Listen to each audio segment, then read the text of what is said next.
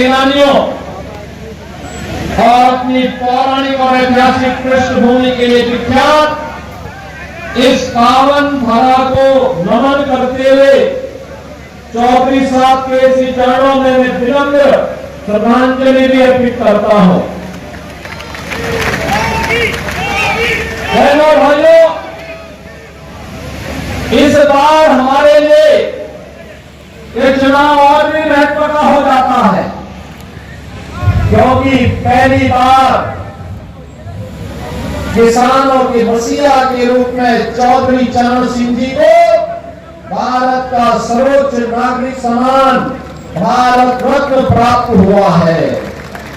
चौधरी साहब को यह सम्मान प्राप्त होना न केवल कोटि कोटि अन्नदाता किसानों का सम्मान है, बल्कि हम सब उत्तर प्रदेश वासियों का गौरव भी है।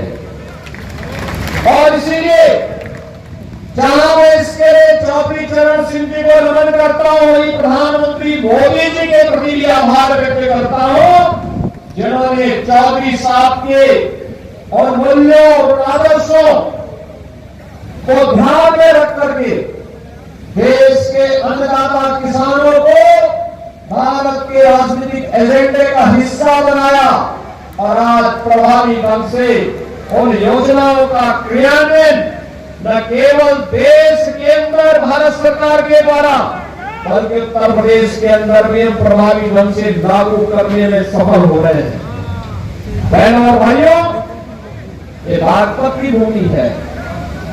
अभी राष्ट्रीय लोकदल के हमारे प्रमुख जयंत चौधरी जी कह रहे थे कि चुनाव अभी थोड़ा और उत्साहपूर्ण मोड में आना चाहिए। वैसे यहाँ 26 अप्रैल को है, लेकिन मेरा ये मानना है कि बागपत का मतलब आज से चुनाव की गर्मी प्रारंभ हो जाएगी। बागपत है, इसके लिए तो महाभारत हुआ था, आप जान रहे हैं ना। भगवान हस्तिनापुर आए हैं और पांडवों का संदेशा लेकर आए हैं। आपने पंक्तियां भी सुनी होंगी जब भगवान ने हस्तिनापुर में कहा था कि देना हो तो आधा दो, लेकिन अगर इसमें भी कोई बाधा हो तो केवल 5 ग्राम रखो, अपनी धरती तमाम। और 5 गांवों में बागपत भी एक था। आज से 5000 वर्ष पहले और 5 गांव, जिनमें बागपत एक गांव है, आज का जनपद है, प्रगतिशील जनपद है, विकास की मुख्य धारा के साथ जुड़ा हुआ जनपद है। ये वही जनपद है 5000 वर्ष पहले जहां से महाभारत की नींव तैयार होती है। उस समय भगवान को अपनी लीला दिखानी थी और अन्याय और अत्याचारी ताकतों को उनकी हैसियत भी दिखानी थी, और उसका आधार बना था बागपत। और भाइयों, दुर्योधन वह भी ले न सका, आशीष समाज की ले न सका, तो स्वाभाविक रूप से वह तो होना ही था। आज देश प्रधानमंत्री मोदी जी के नेतृत्व में दुनिया की एक बड़ी ताकत बनने की ओर अग्रसर है, और निसंदेह पिछले 10 वर्ष में मोदी जी ने देश के लिए जो कुछ किया वो किसी से छुपा हुआ नहीं है। हम लोग जो कुछ भी यहाँ करने में सफल हुए, यहाँ के लोकप्रिय सांसद डॉक्टर सतपाल सिंह जी जब यहाँ पे विकास की बात करने के लिए आए पहली बार, जब मैं मुख्यमंत्री बना, वो तुरंत वहां टपक पड़े। मैंने कहा मेरी तो सरकार बनी हुई है। इन्होंने कहा इसीलिए मैं सबसे पहले आया हूं, क्योंकि दिल्ली के सबसे नजदीक रहता हूं, और दिल्ली के सबसे नजदीक रहने के बाद, मुंबई देखने के बाद जब मैं अपने बागपत की तुलना करता हूं तो मुझे लगता है कि मैंने पूरा जीवन महाराष्ट्र में, मुंबई में, नागपुर में, पुणे में व्यतीत तो किया, लेकिन बागपत के लिए कुछ कर नहीं पाया। एक अवसर मिला है, वहां की जनता जनार्दन ने मोदी जी की कृपा से एक अवसर दिया है। मैं एक बार वहां कुछ करना चाहता हूं। और बहनों भाइयों, जो भी प्रस्ताव यहाँ के सांसद और यहाँ के विधायकों ने मेरे सामने रखा विकास के लिए, प्रदेश से होना था तो प्रदेश से, और नहीं तो केंद्र के पास भेजने में कोई देर नहीं लगाई। 24 घंटे ज्यादा समय नहीं लगाते थे। और आज इसका परिणाम है, जब मैं बागपत को देखता हूं, यहाँ के विकास को देखता हूं, मुझे चौधरी चरण सिंह जी के प्रति श्रद्धा का भाव जागृत होता है कि कितना बड़ा महापुरुष था, जिन्होंने बागपत को बागपत बना करके अपनी कर्मभूमि के रूप में सिंचित किया था। आज हमें भी इस धरती के बारे में कुछ करने का अवसर प्राप्त हो रहा है। भाइयों, विकास इस प्रक्रिया को आगे बढ़ाने के लिए, आस्था के संगम को आगे बढ़ाने के लिए आज मुझे भी अच्छा लगता है जब बागपत का नौजवान उत्तर प्रदेश सरकार की सरकारी सेवा में स्थान प्राप्त करता है। नहीं तो यहाँ का नौजवान सड़कों पे दौड़ता रह जाता था, और जब भर्ती की नौबत आती थी उसको छटनी करके बाहर कर दिया जाता था। हमने कहा ये नहीं हो पाएगा। मैं तो देखते पहुंचे था, जब मैं यहाँ बागपत में आया था 18 में, एक ही गांव के 27 नौजवान भर्ती हुए थे। 27 नौजवान पुलिस की, उत्तर प्रदेश पुलिस की भर्ती में। ये चीजें दिखाती है कि जब ईमानदारी से कोई कार्य को, उसके परिणाम भी उसी प्रभावी ढंग से हम सबको देखने को मिलेंगे। आज बागपत में इंफ्रास्ट्रक्चर का अपना कार्य है, हाईवे का है, एक से एक बढ़कर के हाईवे बने, एक नहीं, दो नहीं, 5 हाईवे से बागपत जनपद जुड़ रहा है। चौधरी चरण सिंह जी की कर्मभूमि की रमाला चीनी मिल एक नए रूप में हम सबको एक नया दर्शन कराता है विकास का। हर घर नल की योजना प्रभावी ढंग से लागू हो रही है।